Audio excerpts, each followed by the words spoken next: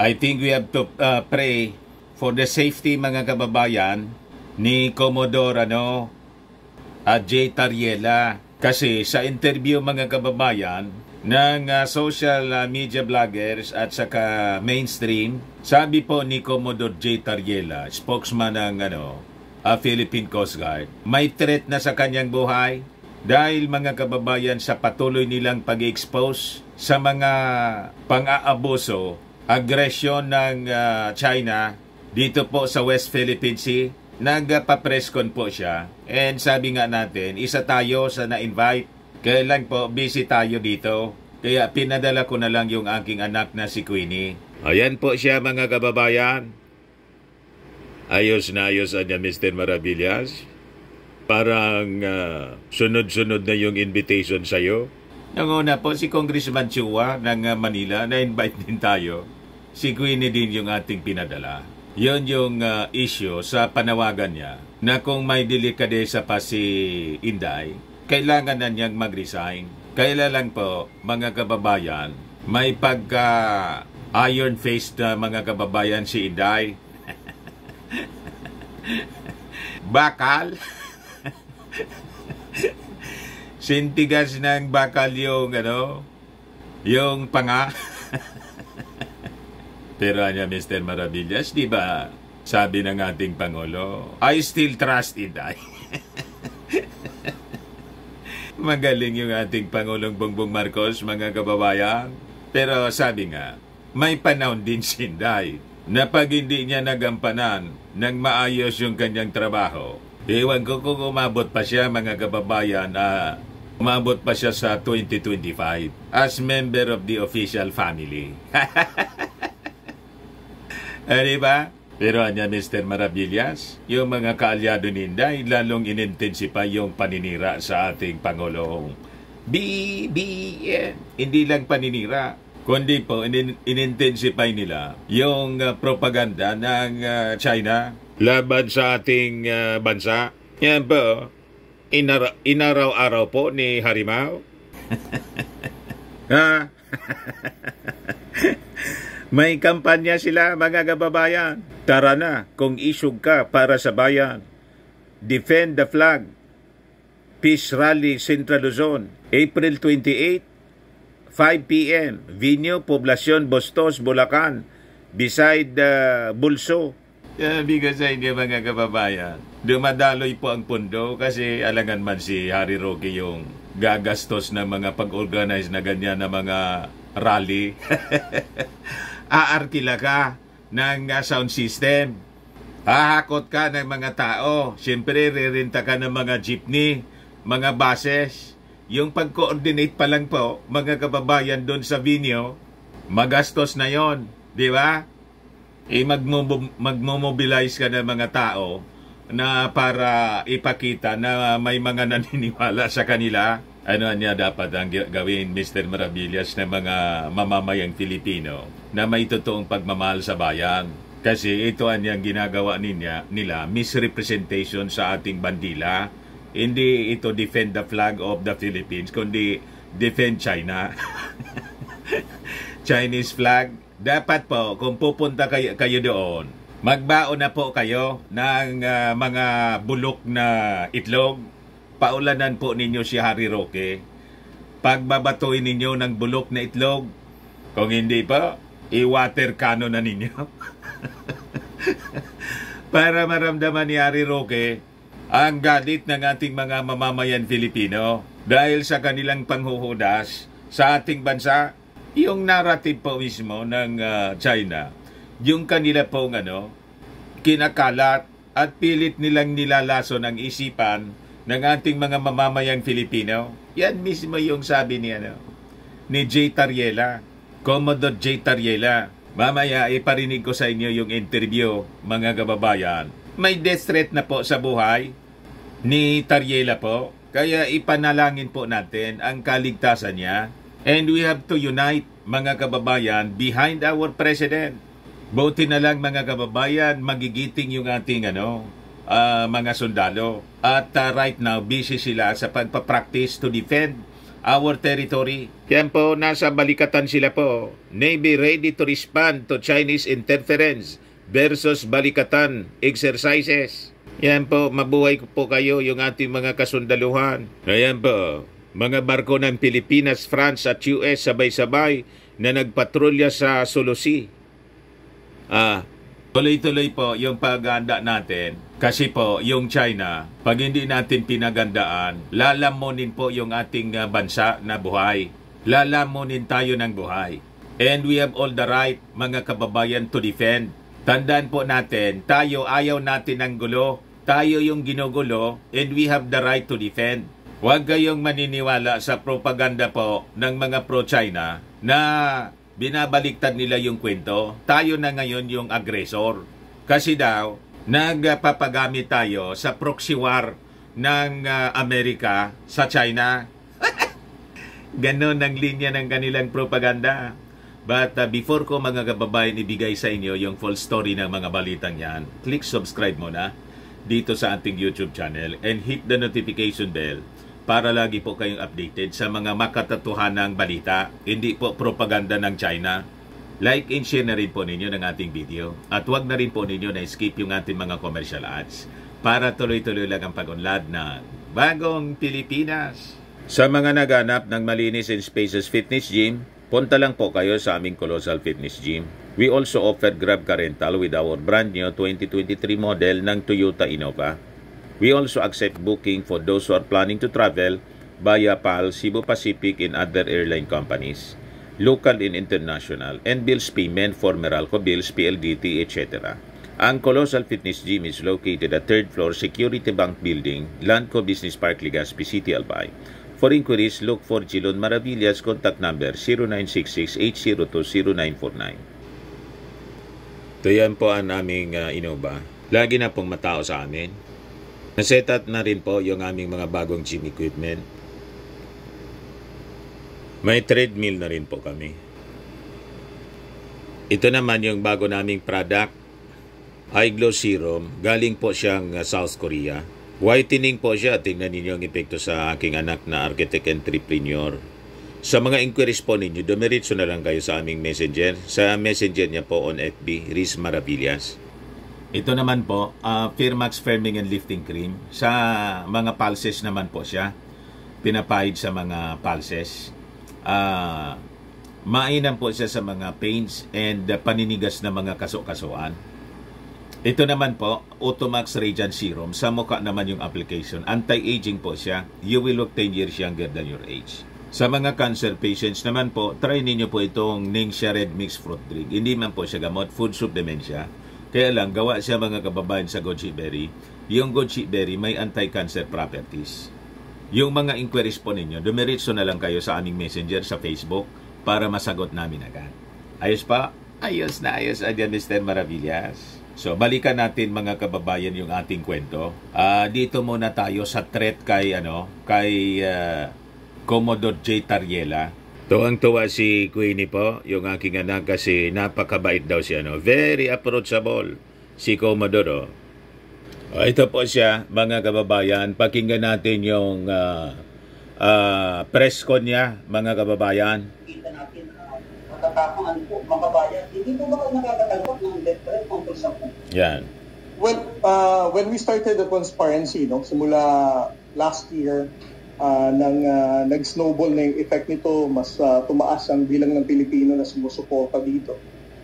Kasunod nito, yung pagkatanggap ko na ng mga death threats, and of course, Matindi. yung mga kung anong salita din through social media and through text messages as well. Nababash siya, mga kababayan. Natatakot ba ako sa ginagawa kong to dahil sa mga pro-China po? ko na pagsasalita para tindigan natin ang West Philippine Sea. Well-funded sila. Honestly, that's a very least of my concern. I believe na ang trabaho kong to as spokesperson for the West Philippine Sea, ngayong mas mataas ang bilang ng Pilipino ang sumusuporta sa ating Pangulo, President Bongbong Marcos. Para sa akin, immaterial na yun. And then, I also believe na since ang ating Pangulo ngayon, President Bongbong Marcos, has made the promise sa atin na he's not going to surrender a square inch of our territory to any foreign power. Para sa akin, kahit ano pang death threat or whatever na sabihin nila sa akin na yan, ang patriotic duty ko that supports the effort of our president, no? Para siguraduhin na sa panahon na to, titindigan natin ang laban natin sa West Philippines. Yan ang leader. Hindi ko na yan masyadong iniinda. I don't really care kung ilang level pa ng death threat ang sabihin nila sa akin. So, napakataas yung paghanga, mga kababayan, ni Commodore J. Tariela sa ating Pangulong Bongbong Marcos. Kasi nakikita niya yung paninindigan ng ating Pangulo na never niya isusurrender not even a square inch ng ating territory to any foreign power. Pero nung panahon po ni Mao Diggs, si Mao Diggs mismo po yung nananakot sa armed forces. Di ba? Ginawang duwag, mga kababayan, ni Mao Diggs yung kanyang armed forces. So, siyempre, siya yung commander-in-chief, hindi na lang kumibo yung armed forces. Pero tingnan ninyo, nasa leader talaga po. Kung totoo ang isang leader na maisog po, na never siya na nagpapasindak sa constant intimidation po na ginagawa ng China sa atin, bullying, aggression, never po na nagpasindak yung ating Pangulong Bongbong. And because of that, natuwa yung ating armed forces. And the armed forces, mga kababayan, is 100% behind the cause of our president to defend the country, mga kababayan, for the future generation po. Kasi you can just imagine, pag linamon po tayo ng China, wala na tayong bansa, sinisimulan nila dito sa West Philippine Sea. And the West Philippine Sea, mga kababayan, napaka-importanting lugar yan para sa atin. Diyan po kumukuha ng kabuhayan yung napakarami nating mga mangingisda. Dependent po dyan ang buhay ng napakarami nating mga kababayan, other than yung trillions of untapped gas and fuel deposits, mga kababayan, petroleum deposits na nandiyan dyan, na yun po yung iniinteresan ng China. Kaya walang tigil po sila sa kanilang propaganda. Ini-infiltrate nila mismo yung ating gobyerno, yung mga political leaders natin. Sabi nga po ni dating Senior Associate Justice Antonio Carpio, nangialam yung China sa ating maging sa ating eleksyon. Ayan po, ito yung kanyang binulgar po. Nangingialam po yung China at matagal na nilang ginagawa. Yan retired Supreme Court Senior Associate Justice Antonio Carpio said he believes China may interfere in the upcoming national elections to protect its interest. China will interfere because I think they interfered in the last presidential election, sabi po ni Carpio. To recall niya, former Foreign Affairs Secretary Albert De Rosario claimed that ranking Chinese officials have been bragging that they were able to shape the outcome of the country's polls in 2016, which led to the election of President Rodrigo Duterte. Carpio believes China will again favor a candidate who will continue Duterte's friendship with Beijing. So we will have to expect that nations have an interest in our maritime zones or claiming to our territories in maritime zones will look for a candidate who will be friendly to them, just like Duterte, sabi po ni Carpio. So, nagtakapak po kayo kung bakit desidido silang iluklok si Inday. Di ba? At hindi nila tinatago yung intensyon. Ito pong mga ginagawa nilang una prayer rally, ngayon maisog rally. Mag-ingat po tayo, mga kababayan. Never support po kung kayo ay may pagmamahal na totoo sa ating bayan. Malinaw po yung naging revelasyon. 2022 pa yon, sinabi ni Carpio. At kitang-kita po sa behavior ng mga pro-China politicians. Kaya sabi ko nga, itong mga survey firm, malamang po ang nagpopondo niyan, mga grupo, individuals o NGOs funded by Beijing para po bilogin yung isipan ng mga mamamayang Filipino na yung mga pro-China candidates for president or senator, yon ang lagi pong leading. Huwag kayo pong pauuto sa kanilang mga propaganda. So yan po, sabi ni ni J. Tariela. Ang laban natin dito sa West Philippine Sea, makaka-apekto to sa susunod na saling lahi ng Pilipino. And this is the right time for us to take this opportunity na suportahan natin ang ating Pangulo. Yes. Dahil alam naman natin, ang magiging laban ng West Philippine Sea goes beyond the administration ni Pangulong Bongbong Marcos. At ang laban na to, alam niya, hindi ito para sa administrasyon niya lang, ito ay laban ng bawat Pilipino. Yes. Sa katapangan, Maraming salamat, no, pero para sa akin hindi ko ikinatutuwa na mag-idolize sila sa akin. Ang siguro for them to contribute, no, sa ginagawa kong pagtindig sa laban natin sa West Philippine Sea. Kailangan ng bawat Pilipino, no, regardless kung nasa gobyerno ka or nasa pribado, dapat we need to be united, no, magkaisa tayo, suportahan natin ang Pangulo. And then to call out itong mga fake news, no, na ipinapakalat ng ibang partido. Ang impact naman ng fake news, alam naman natin yan. No? That is the reason kung bakit we engage the traditional media and people like you, the bloggers, no?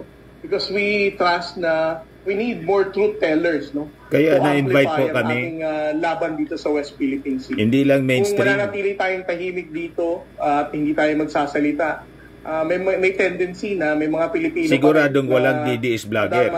Masisway sila, no, sa maling impormasyon. So, kasi yung mga DDS vloggers pro-China. Idolize me, no, dito sa effort natin sa West Philippine Sea.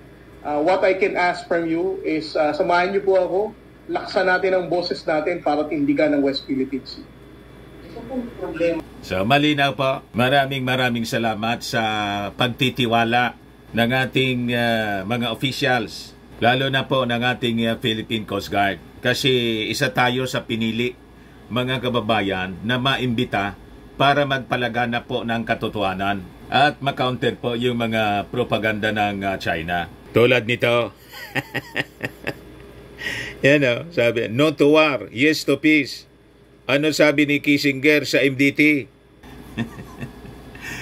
Tinitwist niya, mga kababayan, yung mga kwento. So pinapalabas nila na yung tinatahak na landas ng ating Pangulong Bongbong Marcos ay kaguluhan po. Tayo na yung nanggugulo. As we sided with our allies like America, ginawa tayo ni Harry Roque na troublemaker. No to war daw, yes to peace. Ang gustong sabihin po ni Harry Roque, manahimik lang tayo. And we side with China na nambaboli sa atin. Iniintensyonan yung ating territory. Inaapi yung ating mga mangingisda. Gustong kamkamin yung ating mga resources. Sila yung gustong magkinabang. At itrato lang natin silang kaibigan habang winawater cannon tayo. Manahimik lang tayo at huwag tayong papalag habang nilalamon ng China yung teritoryo natin. Kasi pag kumuha tayo ng kakampi, ang ibig sabihin niyan, gusto natin ng gira. May ganon, mga kababayan. Sino naman pong Pangulo ang gusto ng ganon? Sabi nga natin, we engage our allies para makapag-assemble tayo ng superior force, peacekeeping force. Kasi po, with an inferior army or peacekeeping force, hindi po tayo irerespeto ng China. In fact, yun po ang ginagawa nila. Ang gusto nila, mahina lang tayo para po makapagdikta sila ng kanilang terms. Sabi nga natin, mga kababayan, if we want negotiation, as we are open to negotiation, we have to negotiate with anyone from a position of strength. Dapat may lakas ka. Pag wala kang lakas, wala kang puwersa, strength, kakamutihin ka ng kanegosasyon mo, hindi ka man yan irerespeto. And in fact, yun po ang ginawa sa atin for the past several years. Previous administrations, kasi po hindi nila naisip yung naisip ng ating Pangulong Bongbong Marcos. Kaya po, we are on the right track. Bakit po? Nagagalit po yung China. Ang ibig sabihin niyan, tama yung ating mga actions. Sabi nga, mga kababayan, if you are making your enemies angry, tulad ngayon, nagagalit yung China, you are doing a good job. Tama niya, Mr. Maravillas. Pero pag yung enemy mo, tuwang-tuwa, ang totoo niyan, you are doing your enemies kasi a favor.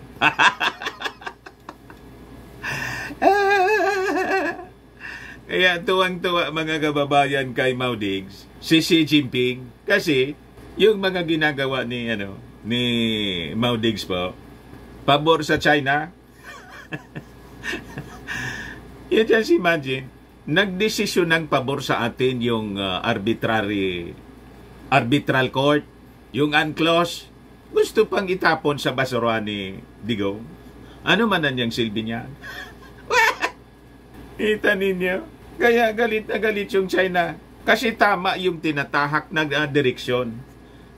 Yung direksyon na tinatahak, yung policy ng ating Pangulong Bongbong Marcos, pumapabor po kasi sa interes nating mga mamamayang Pilipino. Kaya wag po kayong naniniwala dito sa mga sinasabi nila. Ang slogan nila, no to war, yes to peace. Pinalalabas nila yung ating Pangulong Bongbong Marcos, sinusubo tayo sa gira. Yon mismo ang propaganda line ni Xi Jinping.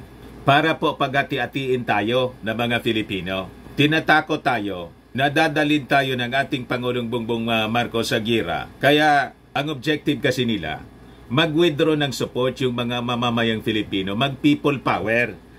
Pag natanggal yung ating Pangulo sa uprising po, iluluklok nila si Inday. Edi wow, sabi ko sa inyo, sunod yan, ang suna po, Mandarina.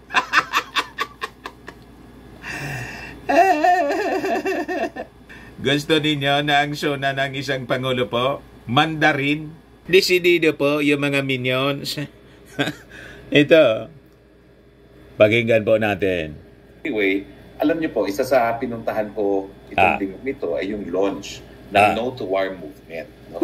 Ito po'y binuo dahil No to War kami na you wala see? pong ikabubuti. Walang mabuting ibibigay ang gera. Bakit? Sino yung nag-intensyon na makipagira?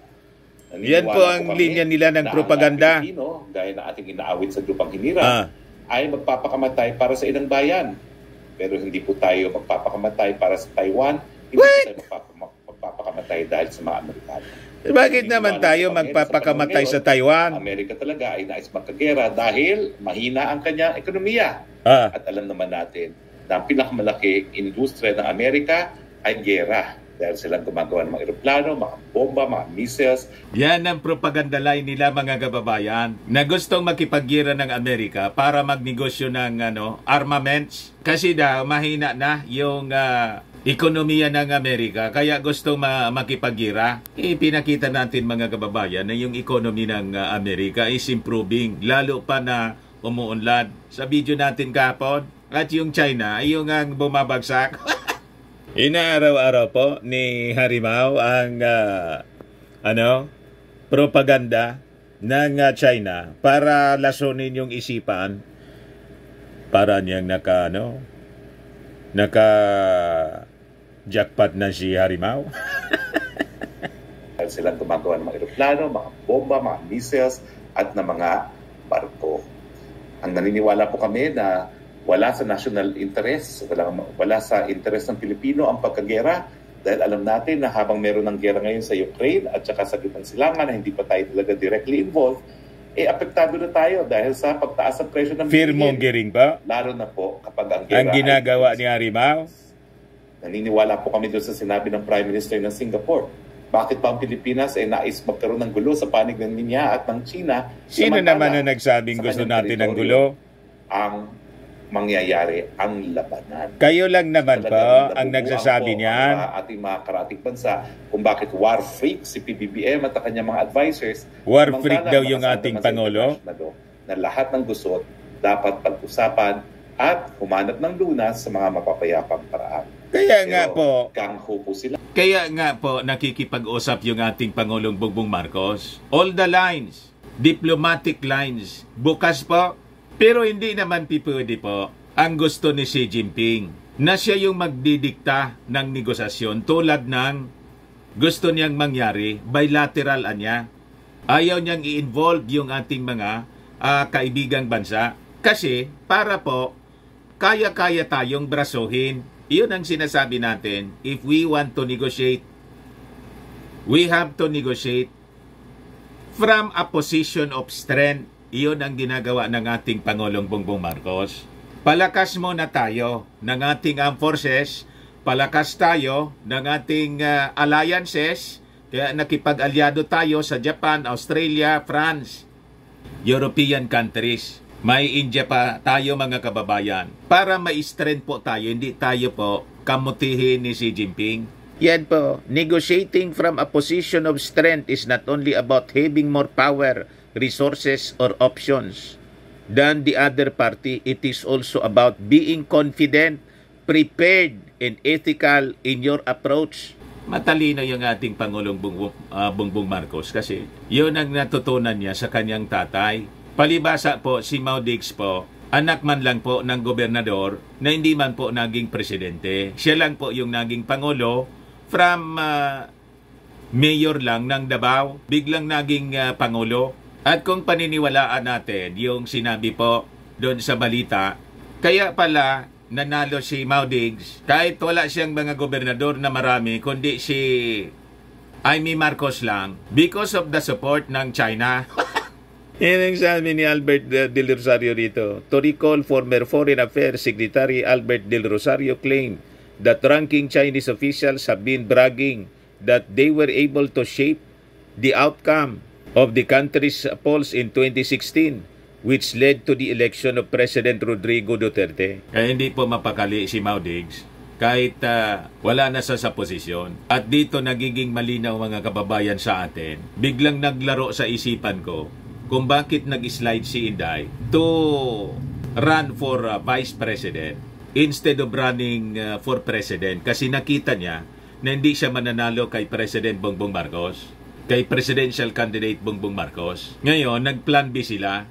Vice President na lang niya. Ito theory ko man lang po. At yung aking theory, malamang with all these developments, malapit po sa katotohanan. Para siguradoan niya, makipag-unity na lang. Then, after 1 year yata yon, nang manalo sila. By the way, before that, nang manalo si Inday, hindi pa nanunumpa, inintensyonan agad mga kababayan yung Department of National Defense. Magaling yung ating Pangulong Bongbong Marcos, hindi man binigay sa kanya. Kasi kung National Defense pa, sabi nga natin, matutuwa si Jinping. May influensya sa armed forces, mga kababayan, kung National Defense si Inday. So magiging madali sa kanila ang mag-take over sa Palasyo Malacanang. Once na nag-withdraw ng support, so may influensya po. Napaka importante yung support ng armed forces. And gustong kontrolin din yung Congress. Kaya nga po, nag-attempt si GMA na magkudita sa Congress, palitan si Martin Romualdez, na naging kausa po ng pagsimula ng crack sa UNITEAM. Kaya nga po, tinawag ni Inday na tambaluslos at nasundan mga kababayan ng pagtanggal ng confidential funds. Nakita ninyo ang behind the story mga kababayan. So malamang, during the election, during the campaign, nakita nila mahirapan niyang matalo sa election si President Bongbong Marcos with his popularity. Makipag-tandem na lang anya tayo. And later on, itulad natin kay Erap Estrada. Plan B. Malamang yun yung plano. Kailang magaling yung ating Pangulong Bongbong Marcos. Hindi niya hinayaan mga kababayan na makudita po si Martin Romualdez, mapalitan ni GMA. GMA po, barkada ng China. Para maging easier sa kanila. Yung pagtanggal sa ating Pangulong Bongbong Marcos, mga kababayan, as President, at mailuklok si Inday. Any possible impeachment. That is sa political side. On the military aspect po, gusto ngawakan ni Inday yung DND. Hindi man ibinigay ng ating Pangulong Bongbong Marcos. That could be the reason mga kababayan kung bakit nang gagalaiti yung pamilya Duterte.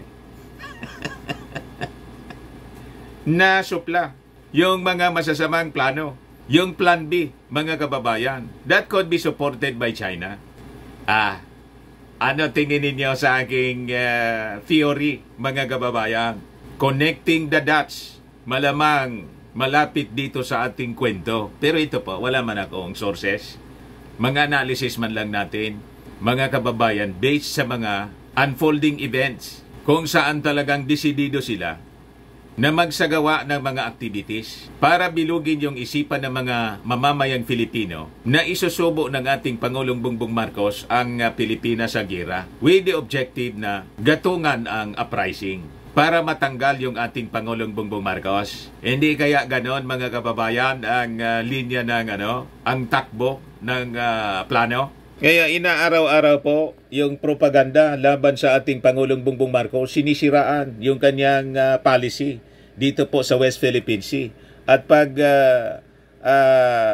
hingi ng saklolo ng ating Pangulong Bongbong Marcos sa allied countries, lalo na sa Amerika, dahil sa kanilang paniwala na pagkamat wala tayong lakas para matalo ang Amerika, yung pangako ni Biden na ironclad yung kanilang pangako na poprotektahan nila ang Pilipinas. Sinisiraan po yung ironclad. Anong ibig sabihin yan? Well, dun sa aking pinuntahang forum po, may isang artikulo si Ado Paglinawan. At lumalabas po na declassify ng Estados Unidos ang isang memorandum na pinabdala ni Henry Kissinger sa US Embassy sa Manila at doon sa commander ng mga American troops dito sa Pacific region. At ang sabi niya, ang topic niya doon is, ang MDT ba ay magiging applicable kapag sumiklab ang labanan sa Spratly Islands? Sinisiraan po yung Mutual Defense Treaty? Si Henry Kissinger po ay dating National Security Advisor at Secretary of State or Secretary of Foreign Affairs sa panahon ni President Nixon at ni President Gerald Ford. Tagal na yun Kilala po siya dahil siya po ang arkitekto ng pagbubukas ng diplomatic relations sa panig ng China at ng Amerika. Nung una, ang Amerika ayaw talagang kilalanin ang One China policy na tinatawag dahil meron silang interes sa Taiwan. Pero nanaig po ang interes ng mga Amerikano at naging malinaw na dapat magkaroon ng access ang mga Amerikano sa merkado na mahigit na 1 bilyong tao na China at nanaig nga yung ganyang interes at nagkaroon ng One China policy kung saan kinilala ng United States, ang mga Amerikano, na iisa lang ang China at the Defense Treaty na nangako ang Amerika na sasakluluhan tayo in case of an armed attack ay pwede lang matrigger kapag una-una nagkaroon ng atake sa metropolitan territory ng Pilipinas. Pangalawa, kapag nagkaroon ng pag-atake doon sa mga lugar na, ito po, territories in Pacific under jurisdiction of either party. Ibig sabihin, yung mga lugar sa Pacific na nasa jurisdiction ng Pilipinas or ng Amerika pero hindi po nasa ilalim ng soberenya ng Pilipinas o ng Estados Unidos. At pangatlo, in case of an armed attack on armed forces, public vessel, and aircraft of either party. So kapag inatake po yung armed forces, public vessel, and aircraft of either parties. Now, ang sabi niya, hindi raw po pwedeng matrigger ang MDT kapag pumutok ang labanan sa Spratlys under either of these three circumstances. So, pinalalabas po ni Harry Roque, ang pinagbabasihan niya, yung kay Henry Kissinger, binago na po siya. Nag-uusap na yung ating Pangulong Bongbong Marcos with President Joe Biden. Yung pagpunta po ng ating Pangulong Bongbong sa Trilateral Summit, clarify na mismo kung kasama ba yung Spratlys. Kasama po, sabi ni Joe Biden. Sabi ni Austin, sabi ni Blinken, clarify mismo ng ating Pangulong Bongbong Marcos kung ano anya yung kondisyon that would trigger the Mutual Defense Treaty. Ayan po, Biden reiterates any attack on Philippine aircraft ship in the South China Sea will invoke MDT. So nag-evolve na po, Harimaw, yung base mo ng mga statements, yung kay Henry Kissinger. Si Kissinger po, tapos na yung yung trabaho niya sa American government. Ang lahat naman na ang lahat ng bagay naman po nagbabago, and because of this threats Binago na po nila. And clarify pa nga yun ng ating Pangulong Bongbong Marcos sa isang interview. Nasabi ng ating Pangulong Bongbong. At ito po, tinanong sa kanya, during the interview ng Foreign Correspondents Association of the Philippines or FOCAP. Yan sabi dyan sa report ng ANC. Marcos, Philippine to invoke Mutual Defense Treaty if Filipino killed in West Philippine Sea. Kahit po mga kababayan, yun ang usapan nila ni Biden doon sa trilateral meeting with Japan. Kaya nga nag-meeting po sila para i-clarify kailan ba i-invoke or sasaklolo mga kababayan yung Amerika dito po sa atin. Pakinggan po ninyo mga kababayan. So the Mutual Defense Treaty. Despite a Yongin incident recently where some soldiers were injured, Reporter siya. You said that there were no reason to invoke the Mutual Defense Treaty. So under what conditions would it possibly What condition na niya? I think Secretary Austin explained it very well. If any serviceman, Filipino serviceman is killed by an attack from any foreign power, then that is time to invoke the Mutual Defense Treaty. I actually, when I spoke to him in Washington, I thanked him for making it very, very clear to everyone, and he did precisely that.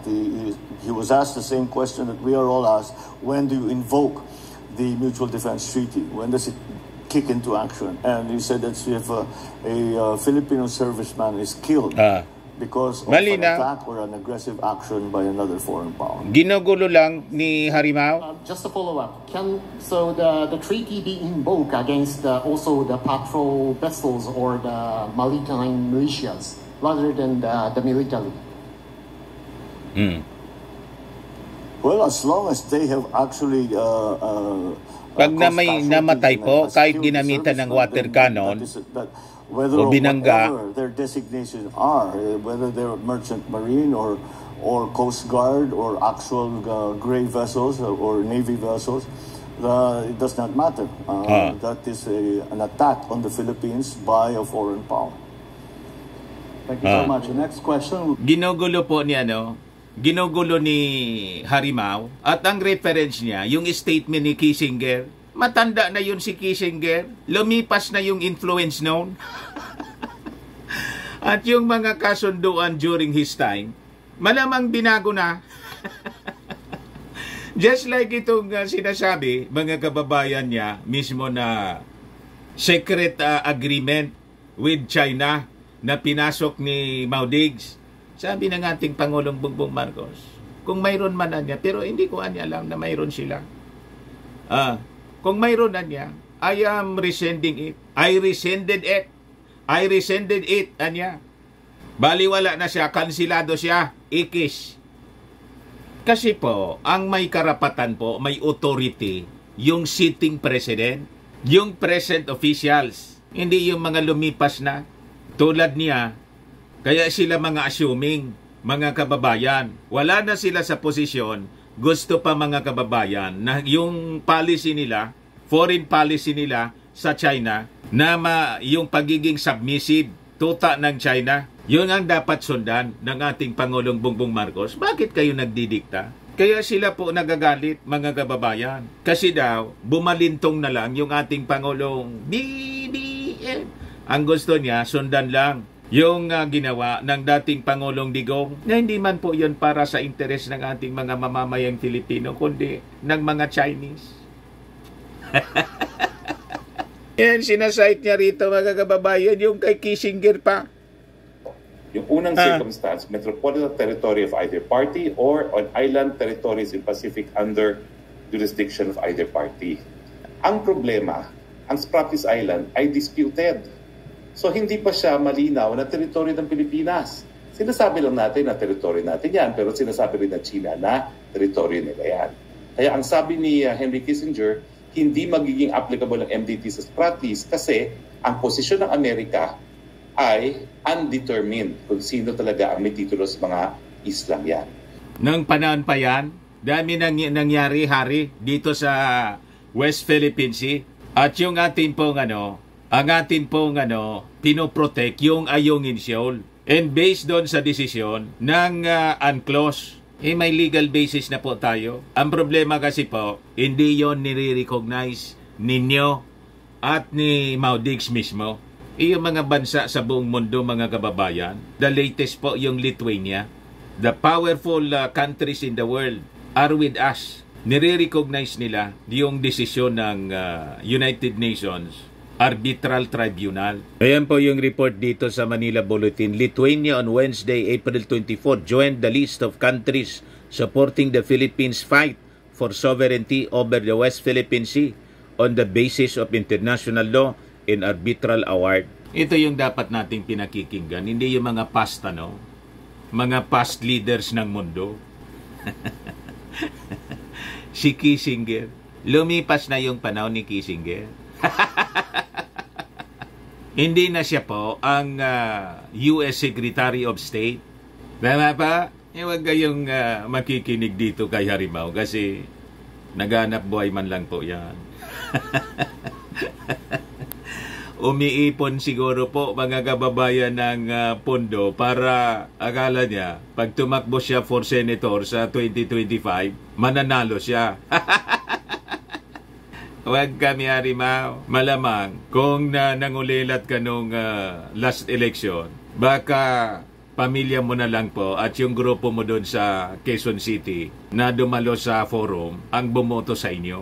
Hindi nga hindi nga mag 200. Yung pumirma doon, 100 lang po. Ngayon po, may git 100 na individual ng koalisyong mamamayan kontra gira ang pumirma sa manifesto sa isang forum ng No to US BBM Proxy War na isinagawa sa lungsod ng Quezon. Target na gawin din ang signing ceremony sa mga paaralan at iba-ibang mga komunidad sa Pilipinas at labas ng bansa. Ayan po.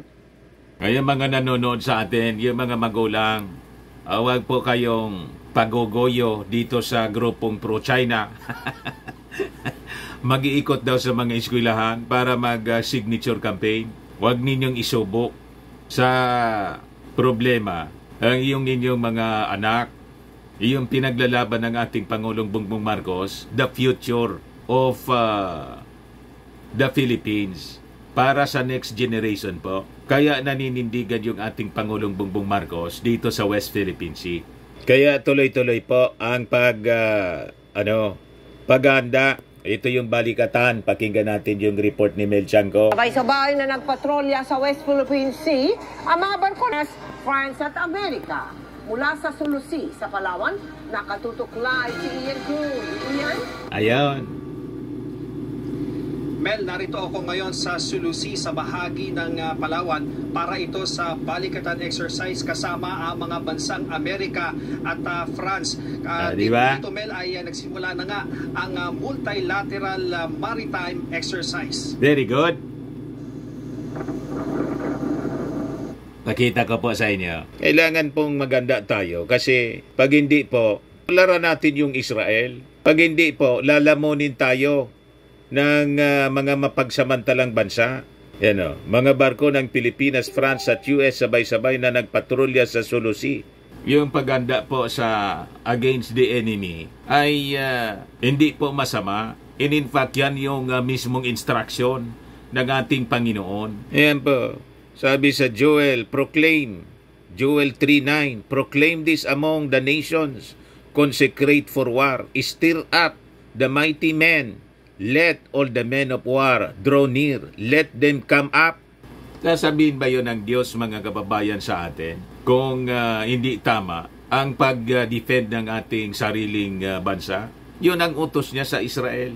Sabi ni King Solomon sa Proverbs 22 verse 3, the prudent sees danger and hides himself, but the simple go and suffer for it.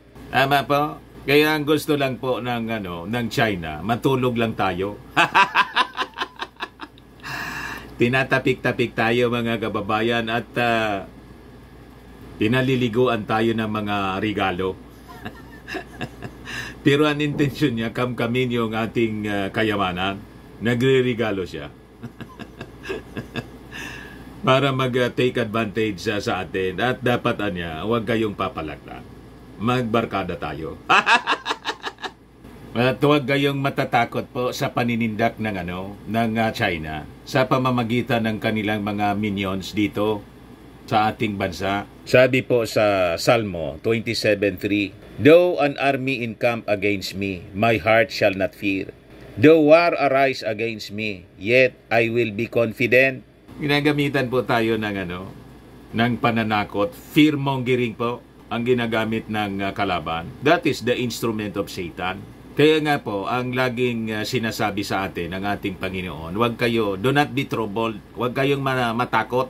Sabi po ni Haring Solomon sa Proverbs 21:31, The horse is made ready for the day of battle, but victory belongs to the Lord.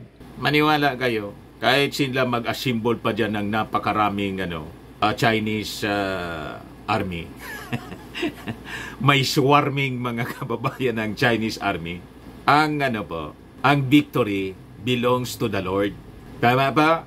Tingnan po ninyo yung Israel. Ang daming nagpaplano ng masama. O ngayon po, direkta ng inatake ng Israel yung Iran. Napakalit ng Israel po. Pero nandyan yung boldness nila. They have great faith, mga kababayan. Hindi sila po natatakot. Pag pumasok kayo rito, malilibing tayong lahat. Ganon din dapat ang mensahe natin sa mga Chinese.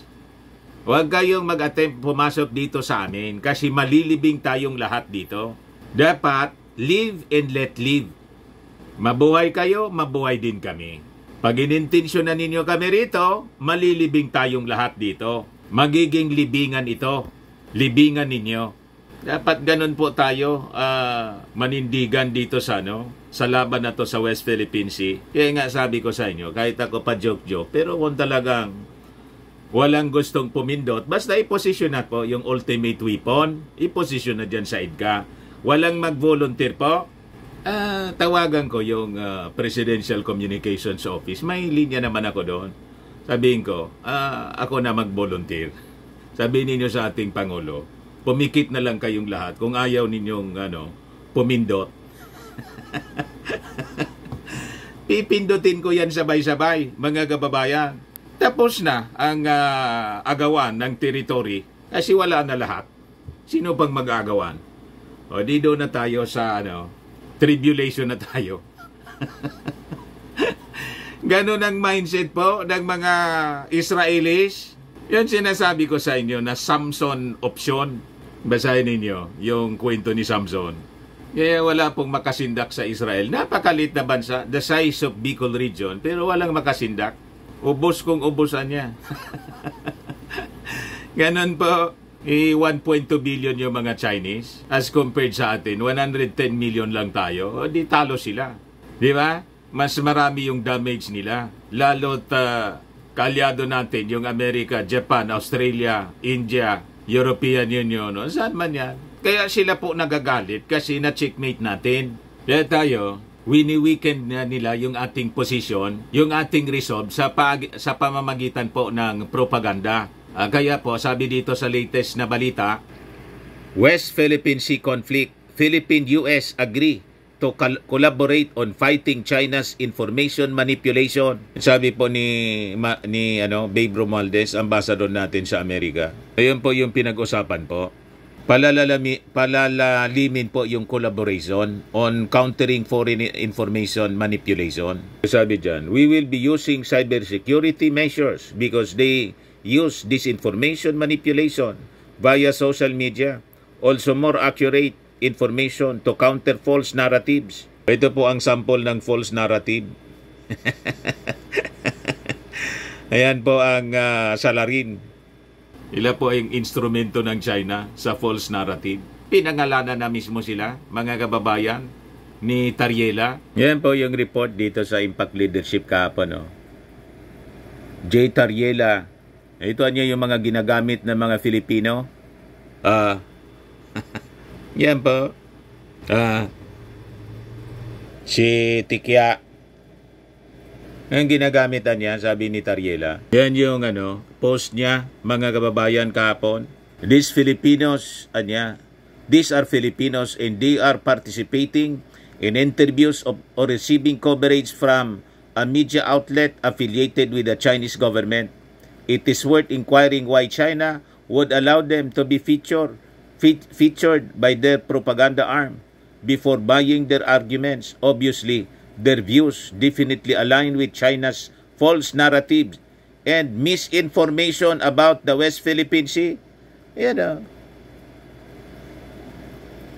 Pinangalanan mismo ni J. Tariela, Commodore. Wala nang takip-takip pa. Diritsahan na mga kababayan. In-expose yung mga personalities na to. Maniwala pa kayo sa kanila. Kaya ingat po tayo sa manipulation ng information, lalo na yung mga survey. Kasi malamang sa malamang mga kababayan, funded po ng Beijing para bilogin po yung isipan ng mga Filipino at makapagluklok sila ng mga officials natin na kampi sa kanila. Tama pa? Ako po si Dante Maravillas. Bye-bye. God bless.